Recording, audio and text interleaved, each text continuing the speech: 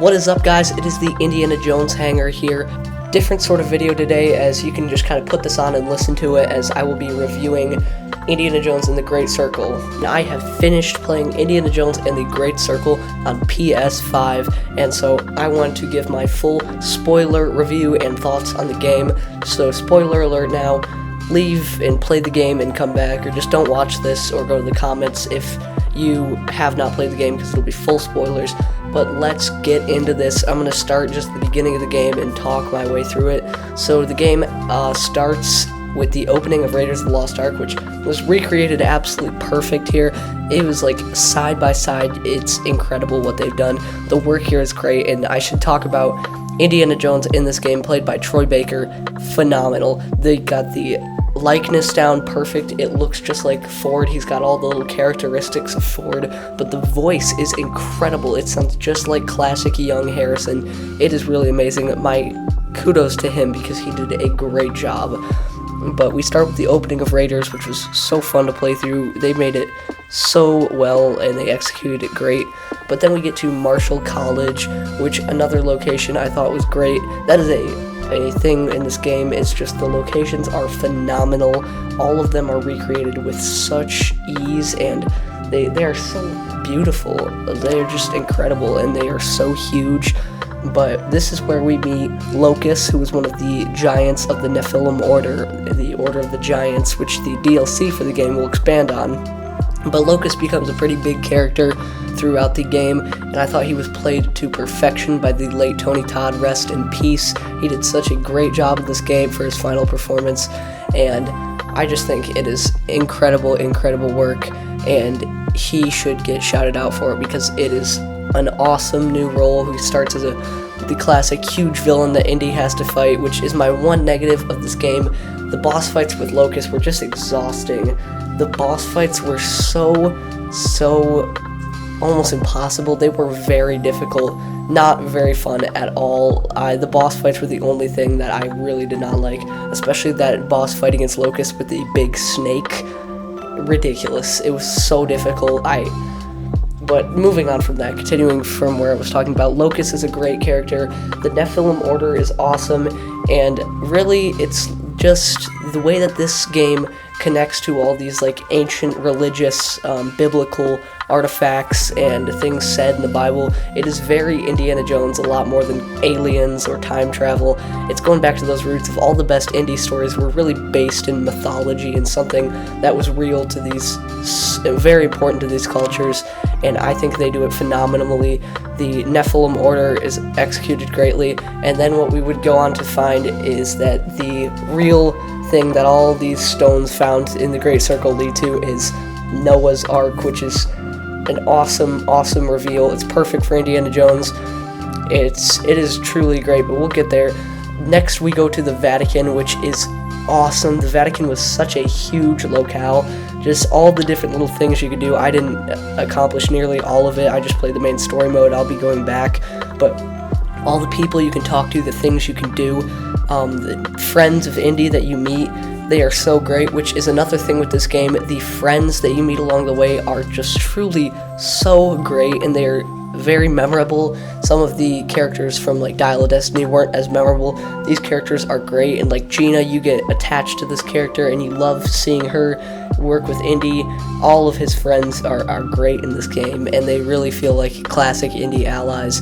But the Vatican, what great levels, just awesome gameplay, such a huge space. And then you move on to Giza, and right above this is where we meet Voss, who is the main villain. Again, just feels like he's ripped straight out of a classic Indiana Jones adventure. And you got this egotistical Nazi archaeologist who thinks he's better than Indy, and he's just a great villain for Indy. Voss was played to perfection. The voice, everything about his characteristics, he was just insane, and it was in all the best ways. A classic Indy villain. That's basically what I want to reiterate with this, is this just feels like a classic Indy story. Like if we got another story right after Last Crusade, this is what that feels like. It's incredible how well they mimic the score, sounding just like a John Williams score. It feels like a Spielberg movie. It is truly an incredible achievement in gaming. But then in Giza, again, another just huge, incredible open space. I loved the levels here.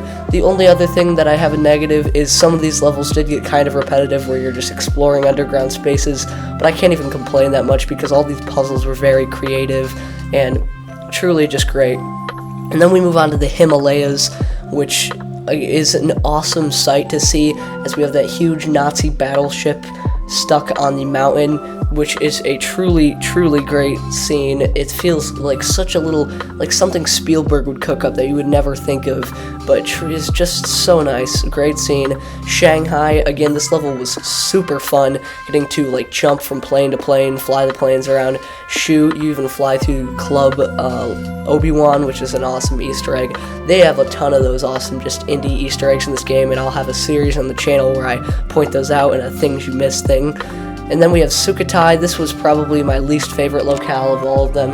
Just a huge jungle. The boating got repetitive sometimes, and I didn't love the snake level, but it wasn't bad. It was just the one that I was least interested in. But the giant snake was really cool, a nice touch, and it reminded me of the Lego Indiana Jones games where you have to fight a giant snake. But then we move on to Iraq for the last and final boss fight and the final level of the game, where in the ziggurat we find the Ark of Noah, Noah's Ark, and we find out that basically what the purpose of all these stones around the Great Circle are is God gave them to Noah to put into the Ark, and using their powers of teleportation and saying the words in Adamic, you could travel across the world to pick up these animals to put on his ark, and I thought that was perfect. It was such a great twist that I couldn't have seen coming, thought up so well, just classic Indiana Jones stuff, and even how the villain's hubris gets in the way and is punished, and they're punished by God as he triggers this flood, it's so classic Indy. I mean, your Nazi villain gets what he deserves for trying to take this power, and in the end, it escapes Indy because he never gets to keep the power, and it is taken by Locust, who drives it off into a portal that is opened by the stones, and we are going to elaborate on that in the DLC, which is going to be released sometime, we don't know when, about the Order of the Giants, so I assume we'll find out what happened to Locust, which you do find a little bit of in the secret ending at the end of the game, beyond that big wall that you were spit out at once you finish the game, which new video coming soon on what that's all about. But yeah, guys, this game was just a towering success for the indie community.